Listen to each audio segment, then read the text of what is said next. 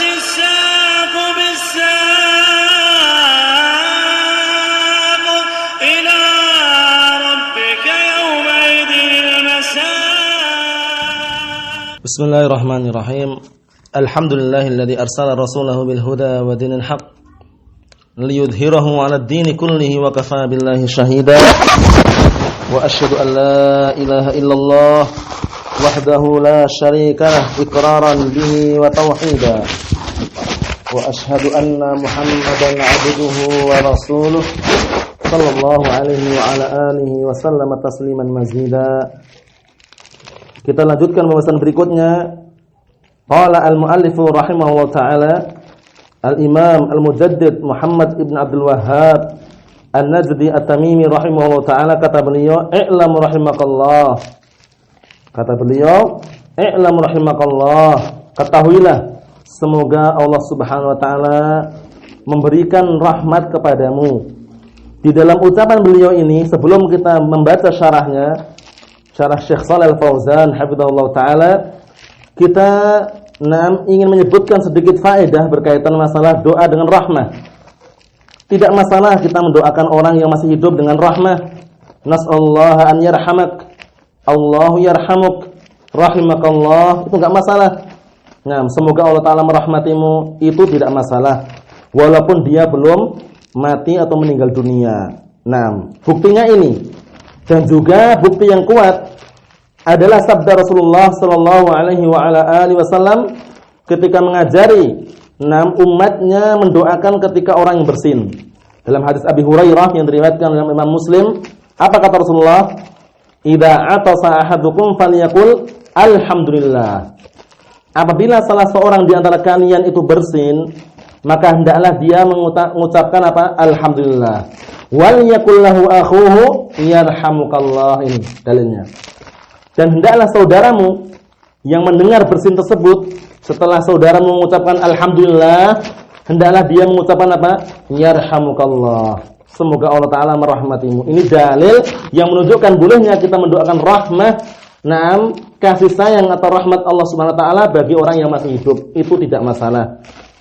Fa idza qala lahu akhuhu yarhamukallah falyaqul yahdikumullah wa yuslih balakum.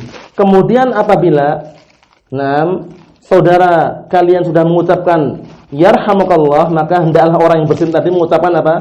Yahdikumullah wa yuslih balakum. Semoga Allah taala memberikan hidayah kepada kalian dan memperbaiki urusan kalian. Barakallahu fikum. Itu dalil hadis sahih rawahu Muslim. Dari hadis Abi Hurairah berkaitan masalah bolehnya kita mendoakan saudara kita yang masih hidup dengan rahimakallah. Kemudian sekarang ada permasalahan, bagaimana yang bagus ketika kita mendoakan orang muslim yang meninggal, terutama Ahlus Sunnah wal Jamaah?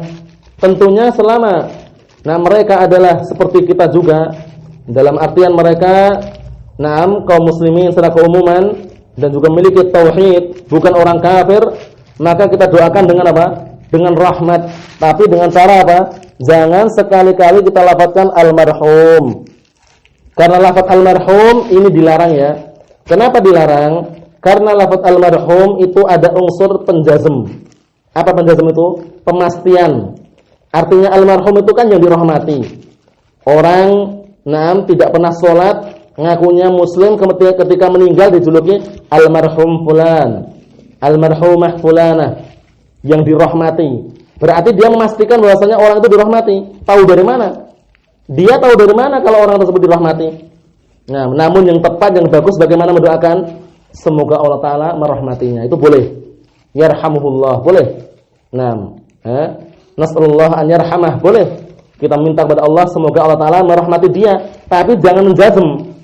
Jangan memastikan sebagaimana yang dilakukan oleh sebagian atau kebanyakan orang awam. Orang-orang yang tidak tahu agama atau mereka belum paham masalah agama, mereka mengatakan apa? Almarhum, almarhum, almarhumah, itu keliru. Karena artinya apa sih artinya itu? Artinya almarhum itu yang dirahmati. Orang pencuri, pemabuk meninggal tabrakan contohnya. Dia ngakunya muslim, langsung dipastikan almarhum. Padahal masa hidupnya dia tidak pernah sholat contohnya. Itu jangan. Karena almarhum itu pemastian, artinya yang dirahmati. Tahu dari mana kalau dia dirahmati? Kita tidak tahu. Sehingga kita bagaimana cara mendoakan kaum muslimin secara keumuman? Nasallallaha an yarhamahum atau rahimahumullah, enggak masalah. Nah, tapi kalau memastikan almarhum itu perkara yang apa? Yang tidak dilakukan oleh Rasulullah sallallahu alaihi wasallam, dan itu juga perkara yang menjazmkan atau memastikan bahwasanya orang tersebut dirahmati itu tidak diperbolehkan. Kita tidak tahu apakah orang tersebut dirahmati atau tidak, karena pelaku dosa besar apabila meninggal dunia tahta masyiatillahi jalla wa ala, di bawah kehendak Allah Subhanahu wa taala, insya'a 'adabahu wa insya'a ghafaralah. Jika Allah taala menghendaki mengadab dia akan diadab, pelaku dosa besar. Dan jika Allah taala menghendaki diampuni. Jadi kita tidak bisa memastikan tidak bisa memastikan almarhum orang yang dirahmati. Tapi bagaimana? Kita cuma sekedar mendoakan yarhamuhullah, semoga Allah taala merahmati dia, atau nasallahu an yarhamah, atau rahimahumullah, semoga Allah taala merahmatinya. Itu enggak masalah, mendoakan seperti itu tidak dipermasalahkan. Nah, sehingga ketika kita mendoakan atau ketika salat jenazah, bagaimana doa kita? Allahumma ighfir lahu warhamhu. Ya kan? Allahumma ighfir lahu warhamhu. Ya Allah, ampunilah dia dan rahmatilah dia. Doa, jangan memastikan. Barakallahu fikum, seperti itu. Nah, jadi enggak masalah doa dengan rahmah orang yang hidup dan sudah mati, tidak masalah, tapi tidak boleh memastikan kamu itu loh orang yang dirahmati oleh Allah, itu enggak boleh. Kamu itu loh pasti dirahmati oleh Allah, tidak boleh. Tapi bagaimana? Kita katakan semoga Allah taala merahmati kamu. Nah, itu enggak masalah. Nah, syarahnya qala Syekh Shalal Fauzan hafizallahu taala, kata beliau asyarah, i'lam, ucapan i'lam ini kata beliau, na'am, hadil kalimatu yubda' biha fit tanbih ilal umuril muhimmah. Sahih. Ucapan i'lam ini kata beliau adalah sebuah kata yang diawali dengannya untuk memberikan peringatan kepada perkara yang penting. Jadi seringnya kalau setelah ucapan i'lam, ketahuilah, itu pasti orang yang dengar itu langsung perhatian penuh gitu. Apa sih yang mau dibicarakan itu? Kita diperintahkan untuk mengilmui, mengetahui apa gitu loh. Menunggu-nunggu lagi setelahnya. Nah, itulah dikatakan apa? Kata beliau, kalimat yang didatangkan dengannya untuk memberikan peringatan kepada perkara yang penting. Yang kapan itu? Perkara yang penting yang akan disebutkan setelahnya. Paham ya? Nah, karena ketika seseorang itu keterkaitan dengan kitab ini, ketika seorang hendak membongkar syubhatnya ahlu bid'ah wad dhalal, itu tentunya dia apa? Dia mengetahui pertama kali apa syubhatnya. Syubhat yang mana yang mau dia bongkar itu harus tahu duluan. Enggak boleh sembarangan gitu loh. Sehingga beliau mengatakan i'lam. Nah, jadi i'lam itu kata beliau adalah hadhil kalimatu yubda'u biha fit tanbihi ilal umuril muhimmati. Kata i'lam ini adalah diawali dengannya dalam rangka untuk memberikan peringatan kepada perkara-perkara yang penting yang akan disebutkan setelahnya nanti. Barakallahu fikum, seperti itu. Kata beliau, fa idza aradta an tunabbiha syakhsan ala syai'in muhimmin min masailil ilmi taqulu lahu i'lam min ajli an yantabiha. Perhatikan. Apabila engkau hendak memperingatkan seseorang terhadap sesuatu yang penting dari permasalahan-permasalahan ilmu, maka engkau katakan kepada orang tersebut, i'lam, ketahuilah. Kenapa tujuannya? Min ajli an yantabiha, agar orang itu perhatian penuh. Seringnya ya kita ini walaupun bukan orang Arab, nah kita orang Indonesia, bicaranya dengan bicara bahasa Indonesia atau dengan bicara dengan bahasa-bahasa yang sesuai dengan bahasa kita, tapi kalau mendengar ucapan i'lam, ketika sudah paham maknanya, dia akan terketuk hatinya gitu loh. I'lamu, ketahuilah. Nah, seperti itu. Tapi seringnya setelah ucapan i'lam ini perkara yang sangat penting. I'lamu annamal hayatud dunya. Nah, ketahuilah sesungguhnya kehidupan dunia ila akhirih. Menunjukkan bahwasanya perkara setelah ini perkara yang penting. Sehingga ketika orang itu mendengar i'lam atau i'lamu, langsung terketuk hatinya dan perhatian penuh untuk mendengarkan apa yang mau disampaikan. Paham ya? Perkara apa yang mau disampaikan. Nah, seperti itu. Kata beliau, wa'lam, ucapan i'lam ini fi'lu amrin minal ilm. Perhatikan, ini adalah fi'il amr dari ilm. Alima ya'lamu i'lam. Itu kalau kita sebutkan dalam ilmu bahasa Arab seperti itu. Jadi fi'il amr fi'il yang menunjukkan perintah. I'lam artinya apa sih? I'lam itu ketahuilah.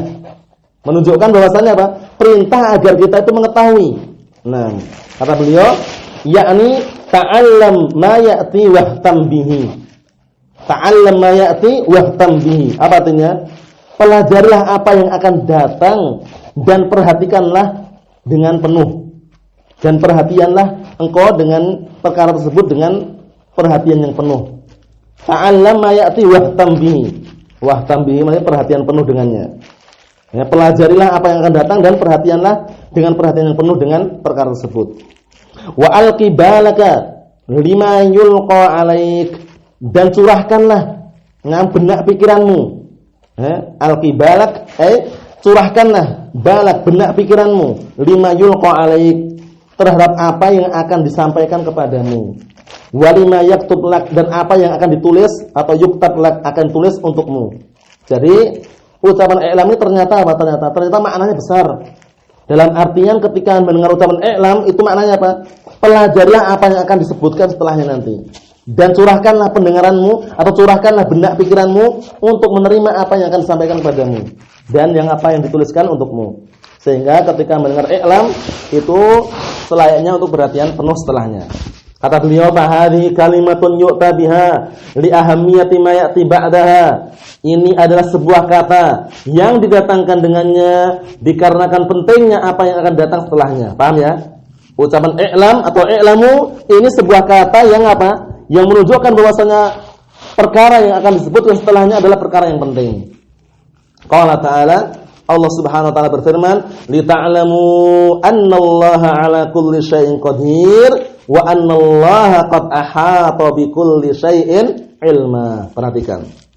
Agar kalian itu mengetahui apa? Nah, karena li ta'lamu ini maknanya i'lamu, ketahuilah annallaha, bahwasanya Allah Subhanahu wa taala 'ala kulli syai'in qadir, mampu terhadap segala sesuatu. Jangan diragukan lagi ya. Jangan sampai kita ragu. Ragu sedikit bisa jadi kekufuran. Ragu terhadap kemampuan Allah Ta'ala, jangan ragu. Allah Ta'ala mampu untuk segala sesuatu. Nah, melakukan segala sesuatu Allah Ta'ala mampu. Allah menjadikan semua orang di muka bumi ini beriman, mampu. Allah Subhanahu wa taala menjadikan semua di muka bumi ini mendapatkan hidayah, mampu. Nah, tapi Allah Ta'ala kenapa tidak dijadikan semuanya mendapat hidayah? Karena ada hikmah di balik itu semuanya. Karena akan adanya penduduk neraka, penduduk surga. Kalau seandainya di muka bumi semuanya jadikan orang yang beriman, bertauhid kepada Allah Subhanahu wa taala semuanya, niscaya apa? Hikmah diciptakannya neraka, sia-sia. Karena tujuan neraka diciptakan karena ada penghuninya. Ada orang-orang kafir, orang-orang yang tidak beriman. Seperti itu. Sehingga Allah Ta'ala itu mampu terhadap segala sesuatu. Walau syi'na la'ataina kulla nafsin hudaha. Kalau seandainya kami menghendaki Allah Ta'ala, kami akan datangkan setiap jiwa itu apa hidayahnya. Dapat hidayah langsung itu. Dan masuk Islam, masuk Islam, beriman dan bahkan langsung mengenal sunnah. Itu kalau Allah Ta'ala menghendaki ya. Tapi ternyata di balik itu ada hikmah yang tersendiri yang Allah Ta'ala tujukan atau tetapkan pada hamba tersebut. Wa annallaha qad ahata bikulli syai'in ilma, kata beliau. Allah Ta'ala berfirman, dan Allah Subhanahu wa taala ilmunya itu meliputi segala sesuatu. Tidak ada di muka bumi ini melainkan semuanya di bawah pengetahuan dan pengawasan Allah Subhanahu wa taala. Ini dalil muraqabah. Dalil agar manusia senantiasa terawasi dan merasa diawasi. Barakallahu fikum, seperti itu. Wa qala ta'ala, dan kemudian Allah Ta'ala berfirman, contohnya juga, fa'lam annahu la ilaha illallah wastaghfir li dzambika walil mu'minin wal mu'minat. Ketahuilah sesungguhnya tidak ada sesembahan yang berhak untuk sembah kecuali Allah, dan mintakan ampunan untuk dosamu, minta ampunlah engkau terhadap dosamu. Walil mu'minin, dan untuk orang-orang mukminin, wal mu'minat, dan orang-orang mukminat. Mintakanlah apa? Ampunan. Mintalah engkau ampunan untuk dosamu itu agar diampuni, dan mintakanlah ampunan untuk orang-orang mukmin, laki-laki ataupun wanita. Boleh. Yang tidak boleh itu siapa? Yang tidak boleh kita memintakan ampunan, mendoakan ampunan bagi orang-orang kafir. Maka lin nabi wal ladzina amanu an yastaghfiru lil musyrikin walau kanu ulil qurba. Tidak selayaknya, tidak sepantasnya bagi Rasulullah atau bagi seorang nabi dan orang yang beriman memintakan ampunan, istighfar. Untuk siapa? Untuk orang-orang musyrikin, orang-orang kafir, walaupun mereka kerabat dekat sendiri. Paham itu ya? Jadi kalau selama dia mukminin, selama dia adalah muslimin, mukminin, maka boleh kita mintakan ampunan untuk mereka. Nas'alullaha an yaghfirallah contohnya. Nasallaha an yarhamah. Allahumma ighfir lahu warhamhu. Enggak masalah. Nah. Paham ya? Jadi utaman fa'lam itu setelahnya perkara yang penting. Nah. Wa qala ta'ala i'lamu annallaha syadidul iqab wa annallaha ghafurur rahim. Ketahuilah oleh kalian. Nah, setelah itu i'lamu. Nah, berarti perkara setelahnya penting. Apa itu? Bahwasanya Allah Subhanahu wa taala itu iqabnya sangat pedih. Dan bahwasanya Allah Subhanahu wa taala itu Maha Pengampun dan Maha Penyayang. Bayangkan itu. Menunjukkan bahwasanya perkara setelah i'lamu perkara yang penting. Nah, yaitu kita agar mengetahui bahwasanya ternyata iqab Allah taala itu pedih dan juga besar, dan bahwasanya Allah taala itu samping itu juga mengampuni dan juga menyayangi. Wa qala ta'ala fa in tawallaitum, dan jika kalian berpaling fa'lamu, maka ketahuilah annama 'ala rasulinal balaghul mubin. Hanya saja atau bahwasanya kewajiban bagi rasul kami adalah al-balaghul mubin. Adalah menyampaikan dengan yang nyata. Karena tidak ada di dalam dakwah ini kekerasan dalam artian memaksa itu tidak ada. Nah, memaksa itu tidak ada, cuman bisanya bisanya menyampaikan, tidak memaksa. Lasta alaihi bimusaitir, kamu itu tidak bisa menguasai diri atau seseorang, tidak bisa menguasai dirinya seseorang. Kita bisanya fadzakir innama anta mudzakir. Berilah peringatan karena sesungguhnya engkau itu cuma bisanya memberikan peringatan. Memberikan yang benar itu benar, yang batil itu batil. Ada memaksa bukan hak kita, bukan kewajiban kita. Karena hidayah taufik di tangan Allah Subhanahu wa taala. Kata beliau, "Fahadi kalimatun 'azimatun yu'ta biha lil-ihtimam." Maka ucapan i'lam ini adalah sebuah kata yang besar, yang agung. Yu'ta biha, didatangkan dengannya lil-ihtimam, untuk perkara yang penting. Paham ya? Jadi jangan sembarangan menggunakan itu kalau kita orang Indonesia ya enggak mungkin ya mengucapkan i'lam itu, kecuali kalau kita bicara dengan bahasa Arab. I'lam ya akhi.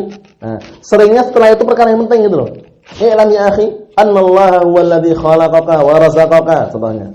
Bahwasanya Allah taala itu yang menciptakan kamu dan memberi rezeki kamu. Berarti perkara yang penting untuk agar kita ketahui. Nah, seperti itu. Tumakal, kemudian beliau berkata rahimakallah. Ini perhatikan, Al-Imam Al-Mujaddid Abu Abdullah Muhammad ibn Abdul Wahhab.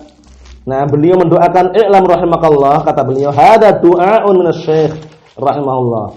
Ini doa yang bersumber dari Syekh Muhammad bin Abdul Wahhab An-Najdi rahimahullah taala, mendoakan si pembaca atau pendengar atau orang yang membaca kitab ini.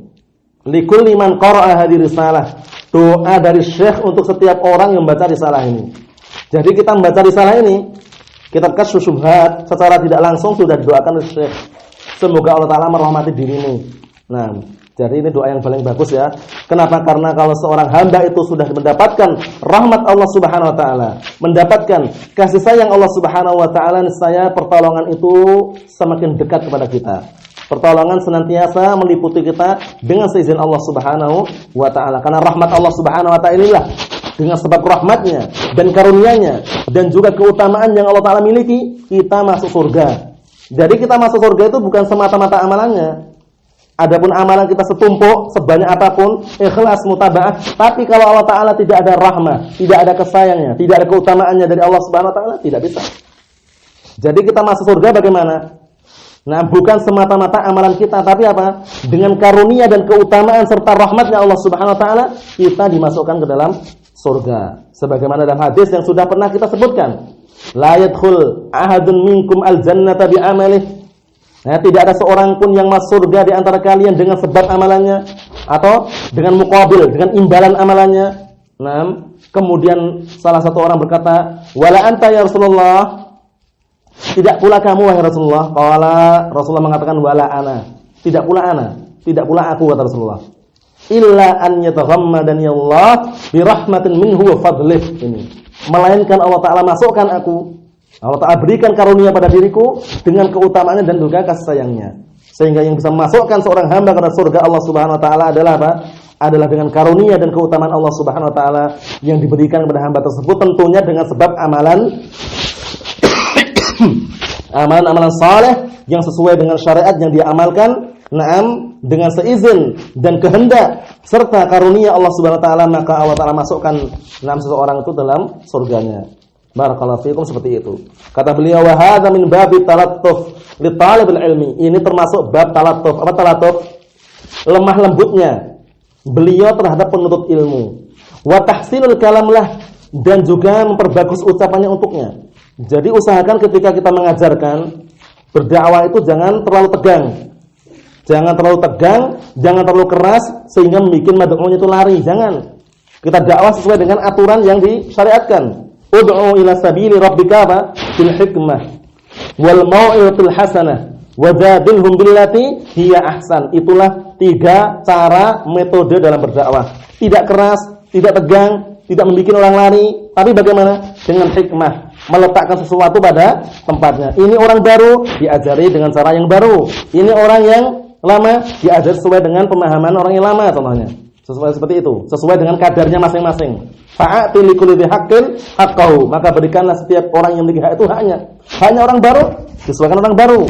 Nah, sehingga itu termasuk salah satu cara dalam berdakwah dengan hikmah. Kemudian apa hikmah itu? Meletakkan sesuatu pada tempatnya.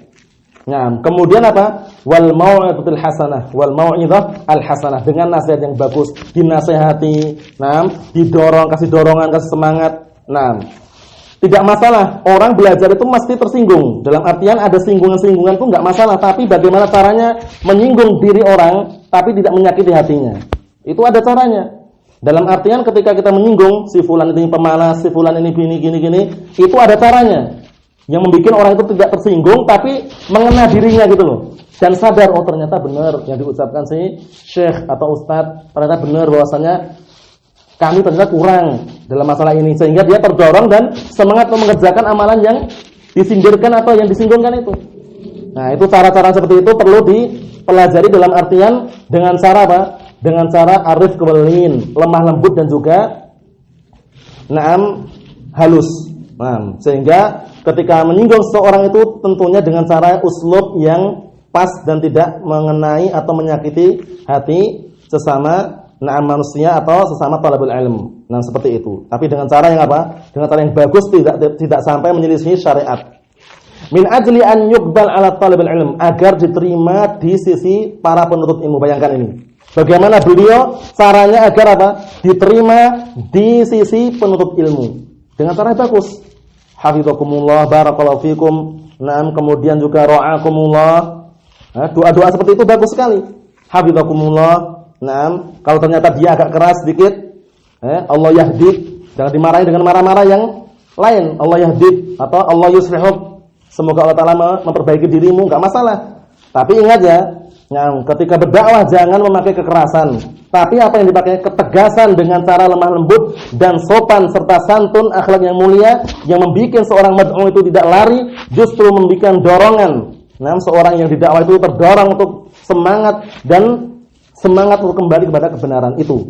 Itu termasuk salah satu cara yang benar, sehingga Rasulullah mengatakan apa? Basyiru wa la tunaffiru, yassiru wa la tu'assiru. Apa artinya? Berilah mereka, kalian tuh berilah kabar gembira kepada mereka dan jangan membuat mereka lari. Jadi jangan sampai kita berdakwah membuat manusia lari, tapi bagaimana caranya mereka itu dapat kabar gembira dan semangat gitu loh. Yassiru wa la tu'assiru. Bikinlah mereka itu mudah dan jangan dipersulit. Itu termasuk salah satu cara berdakwah yang benar sesuai dengan Al-Qur'an was sunnah, tidak bersifat keras, tidak bersifat tegang, tidak bersifat sembarangan atau serampangan, tidak. Semuanya dikembalikan kepada dalil Al-Qur'an was sunnah dengan pemahaman salaful ummah. Namun ketegasan, sering kita ulang-ulang, ketegasan itu harus dan kita kerjakan, kita laksanakan, serta kita terapkan, serta kita anjurkan tanpa harus adanya kekerasan. Karena ketegasan itu tidak harus dengan kekerasan, tapi kalau kekerasan itu belum tentu tegas. Itu perlu diperhatikan. Yang namanya kekerasan itu belum tentu tegas. Dikit-dikit dimarahin, dipukul dan misalnya, padahal belum tentu dia itu tegas dalam masalah tersebut gitu loh. Jadi yang namanya ketegasan itu dituntut dan diharuskan, ketegasan pada tempatnya ya. Tapi tidak harus memakai cara yang keras. Terkadang dengan ucapan yang lembut, yang halus, ternyata mengena juga. Seperti itu. Itu perlu diperhatikan dalam berdakwah dan menyampaikan kepada umat. Barakallahu fikum. Nah, sehingga dengan ucapan beliau i'lam rahimakallah, ini menunjukkan bahwasanya beliau sangat perhatian kepada talib penuntut ilmu agar dia itu apa? Menerima ya di dalam hatinya bahwasanya beliau ini mendoakan setiap orang yang membaca risalah ini, doa dengan agar merahmati kita semuanya itu kata beliau. Adapun berikutnya insyaallah taala kita baca pada pertemuan yang selanjutnya biidznillah taala. Subhanakallahumma wa bihamdik asyhadu an la ilaha illa anta astaghfiruka wa atubu ilaik. Walhamdulillahirabbil alamin.